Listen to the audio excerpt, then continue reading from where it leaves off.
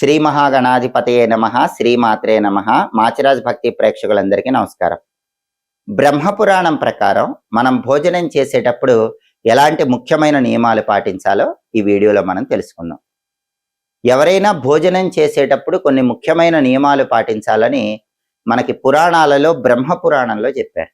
బ్రహ్మపురాణంలో చెప్పిన ఆ నియమాలు పాటిస్తూ భోజనం చేస్తే దానివల్ల సంపూర్ణమైన శుభ ఫలితాలు కలుగుతాయి.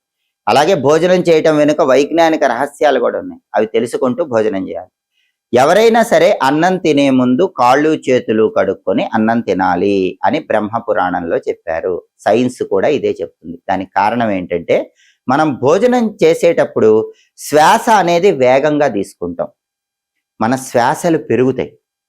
శ్వాసలు పెరగటం అనేది ఆయుర్దాయాన్ని తగ్గింపజేస్తుంది. ఎందుకంటే ప్రతి మనిషికి భగవంతుడు ఇన్ని శ్వాసలు అని నిర్దేశిస్తాడు. ఆ శ్వాసలు పూర్తయిపోతే మనిషి శరీరాన్ని విడిచిపెడతాడు. భోజనం చేసేటప్పుడు మనకి శ్వాసలు పెరుగుతాయి. ఆ శ్వాసలు పెరగకుండా శ్వాసలు అనేవి సరైన స్థితిలో ఉండటానికి భోజనానికి ముందు కాళ్ళు చేతులు కడుక్కోవాలి. ఎందుకంటే సైన్స్ ఏం చెప్తుందంటే భోజనం చేసేటప్పుడు మనకి శరీరంలో విద్యుదయస్కాంత శక్తి పెరుగుతుంది, ఎలక్ట్రోమాగ్నెటిక్ ఎనర్జీ పెరుగుతుంది. అలా కాకుండా భోజనం చేసే ముందు కాళ్ళు చేతులు కడుక్కొని భోజనం చేస్తే భోజన సమయంలో పెరగబోయే ఆ విద్యుదయస్కాంత శక్తిని కాళ్ళు చేతులు కడుక్కోగానే ముందుగానే శరీరం తగ్గింపజేసుకుంటుంది. ఆ విద్యుదయస్కాంత శక్తి తగ్గుతుంది కాబట్టి అప్పుడు మనం భోజనం చేసేటప్పుడు విద్యుదయస్కాంత శక్తి పెరిగినా అది బ్యాలెన్స్ అయిపోతుంది. అందుకే ఖచ్చితంగా ఆయుష్ బాగుండాలంటే భోజనం చేసే ముందు కాళ్ళు చేతులు కడుక్కొని భోజనం చేయటం ప్రారంభించాలి. అలాగే అన్నం తినే ముందు ఎవరు కూడా పాదరక్షలు ధరించి అన్నం తినకూడదు. చెప్పులు వేసుకొని అన్నం తినకూడదు. అలాగే తలపాగా ధరించి అన్నం తినకూడదు. ఇది కూడా బ్రహ్మపురాణంలో చెప్పారు. అలాగే అన్నం తినే ముందుగా అన్నానికి నమస్కారం చేసుకోవాలి. ఆ తర్వాత అన్నం తినటం ప్రారంభించాలి. అన్నం తినేటప్పుడు గోవింద నామస్మరణ చేసుకుంటూ అన్నం తినాలని కూడా బ్రహ్మపురాణంలో చెప్పారు. అలాగే పురాణాల్లో వడ్డించే పదార్థాల విషయంలో కూడా కొన్ని నియమాలు చెప్పారు. ఎప్పుడైనా సరే భోజనం చేసే ముందు వడ్డన చేసే వాళ్ళు నెయ్యి పాయసం ముందుగానే వడ్డించాలి అని పురాణాల్లో చెప్పారు. ఎందుకంటే ఎప్పుడైనా సరే మనం అన్నం తినే ముందు ప్రారంభంలో తీపి తినాలి అని పురాణ వచనం. అందుకే పాయసం ముందుగానే వడ్డించాలి, నెయ్యి ముందుగానే వడ్డించాలి. పాయసం తిన్న తర్వాతే భోజనం ప్రారంభించాలి. తీపి తిని భోజనం చేయాలి అని మనకి పురాణాలలో చెప్పారు. అది మనకు ఆరోగ్యాన్ని కలిగింపజేస్తుంది. అంటే ఎప్పుడైనా భోజన ప్రారంభంలోనే తీపి తినాలి. అలాగే చాలా మంది ఏం చేస్తారంటే భోజన ప్రారంభంలోనే ఉప్పు వేసేస్తారు. అంటే ఆకులో ఉప్పు కూడా వడ్డించేస్తారు. కానీ పురాణాలు ఏం చెప్తున్నాయంటే ఉప్పు అనేది ప్రారంభంలో వడ్డించకూడదు, మనం భోజనం చేస్తూ ఉన్న సమయంలో వచ్చి వడ్డించాలి అని పురాణ వచనం. అయితే కేవలం ఉప్పు వడ్డించకూడదు. ఉప్పుతో పాటు ఇతర పదార్థాలు కలిపి భోజనం మధ్యలో వడ్డించాలి. ప్రారంభంలో వడ్డించకూడదు, మధ్యలో కూడా ఒక్క ఉప్పు వడ్డించకూడదు. ఉప్పుతో పాటు ఇతర పదార్థాలు కలిపి అప్పుడు వడ్డించాలి. అలాగే భోజన సమయంలో పాలు పోసుకున్నాక పెరుగు పోసుకోకూడదు అని కూడా మనకి నియమం చెప్పడం జరిగింది. అదేవిధంగా వడ్డన చేసే వాళ్ళు ఎవరైనా అన్నం కానీ పప్పు కానీ కూరలు కానీ చేత్తో వడ్డించకూడదు, గరిటతోనే వడ్డించాలని పురాణ వచనము. బ్రహ్మపురాణంలో చెప్పిన ఈ నియమాలు పాటిస్తూ భోజనం స్వీకరిస్తే అనుకూల ఫలితాలు వస్తాయి. అలాగే అరిటాకులు వేసి భోజనాలు పెట్టేటప్పుడు ఆ కొస అనేది ఎడం వైపు ఉండాలి. మనం కూర్చున్నప్పుడు మనకి ఎడం వైపు వచ్చేలాగా అరిటాకు కొస అనేది ఉండాలి. అలాగే ఒక్కొక్కసారి మనకి రాత్రిపూట అన్నం తింటున్నప్పుడు ఉన్నట్టుండి దీపం పోతుంది, అంటే కరెంటు పోతుంది. అటువంటప్పుడు చీకట్లో తినకూడదు. ఎప్పుడైనా సరే చీకటిలో భోజనం చెయ్యరాదు అని మనకి ధర్మశాస్త్ర గ్రంథాల్లో చెప్పారు. మళ్ళీ దీపం వెలిగించిన తర్వాత ఆ పళ్ళాన్ని కానీ విస్తరిని కానీ చేతిలో పట్టుకొని సూర్యుడిని స్మరించుకుంటూ సూర్యుడికి నమస్కారం చేసి మిగిలిన భోజనం చెయ్యాలి. ఎప్పుడైనా దీపం పోయిన తర్వాత, అంటే దీపం అనేది ఆరిపోయినప్పుడు, కరెంటు పోయినప్పుడు ఆ తర్వాత మళ్ళీ దీపం వెలిగించి అన్నం తినేటప్పుడు పళ్ళెల్లో మిగిలిన అన్నాన్నే తినాలి. మళ్ళీ కొత్తగా వడ్డించుకోకూడదని కూడా బ్రహ్మపురాణంలో చెప్పారు. అలాగే బ్రహ్మపురాణంలో కొన్ని తిథుల్లో కొన్ని తినకూడదని చెప్పారు. పాడ్యమి రోజు ఎప్పుడు గుమ్మడికాయ తినకూడదు. అలాగే అష్టమి రోజు కొబ్బరి తినకూడదు. త్రయోదశి రోజు వంకాయ తినకూడదని కూడా మనకు పౌరాణిక గ్రంథాల్లో చెప్పారు. ఆరోగ్యపరంగా ఆ తిథులకి ఆ పదార్థాలకి అవినాభావ సంబంధం ఉంది. అందుకని ఆరోగ్య నియమాల కోసమే వీటన్నిటినీ చెప్పడం జరిగింది. అయితే అసలు అన్నం తినేటప్పుడు ప్రధానంగా బ్రహ్మపురాణం ఏం చెప్పిందంటే మన శరీరానికి ఆహూతులు సమర్పించాలి. అంటే అన్నం తినమనంగానే అందరూ వెంటనే ముద్దలు కలుపుకొని తినటం కాకుండా కొన్ని మెతుకులు పంటికి తగలకుండా నాలుక మీద వేసుకొని తినాలి. దాన్ని శరీరానికి ఆహూతులు సమర్పించటం అంటారు. మనకు పంచ ప్రాణాలు ఉంటాయి.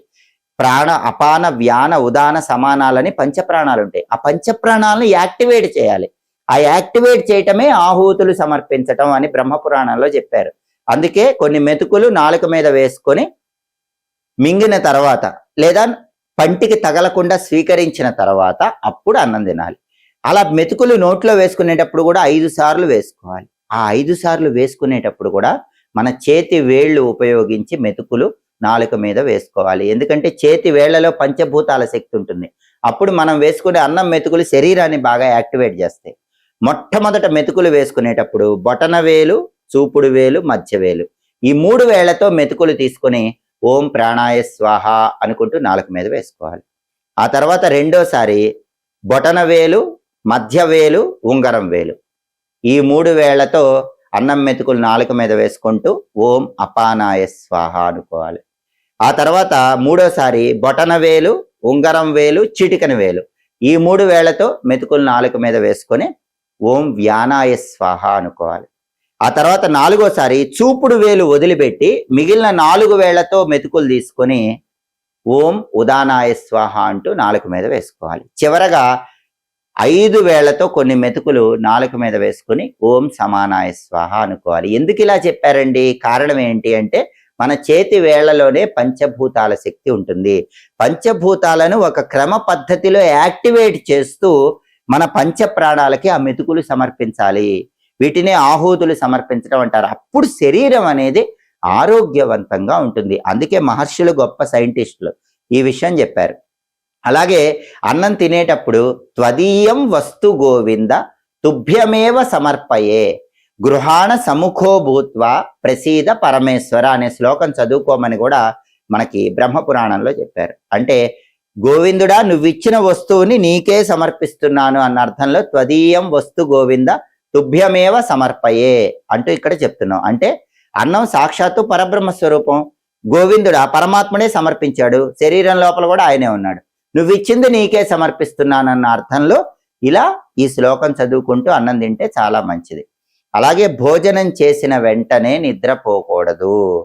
భోజనం చేసిన వెంటనే కనీసం 100 అడుగులు వేస్తే చాలా మంచిది. దానివల్ల ఆరోగ్యపరంగా విశేషమైన ప్రయోజనాలు చేకూరుతాయి. అలాగే భోజనం పూర్తయిన తర్వాత అంగారకం అగస్తించ పావకం సూర్యమస్వినవు పంచైతాన్ స్మరే నిత్యం భుక్తం తస్యాసు జీర్యతి అని శాస్త్రంలో ఒక శ్లోకం చెప్పారు. ఏంటండి ఈ శ్లోకం అంటే భోజనం చేసిన వెంటనే 5గురిని స్మరించుకోవాలి. ఎవరెవరు? అంగారకుడు, అగస్త్య మహర్షి, పావకుడు అంటే అగ్నిదేవుడు, సూర్యుడు, అశ్విని దేవతలు ఈ 5గురిని కూడా స్మరించుకుంటూ నాభి మీద చేత్తో రుద్దుకోవాలి. పంచైతాన్ సంస్మరే నిత్యం భుక్తం తస్యాసు జీర్యతి. ఈ 5గురిని స్మరించుకుంటే చాలా సులభంగా జీర్ణం అవుతుందని అర్థం.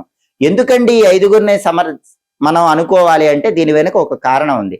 అంగారకుడు అంటే కుజుడు, అగ్నితత్వాన్ని కలిగి ఉంటాడు. అగస్త్య మహర్షి ఆయన వాతాపి ఇల్వలుడు అనే రాక్షసులని తినేశాడు.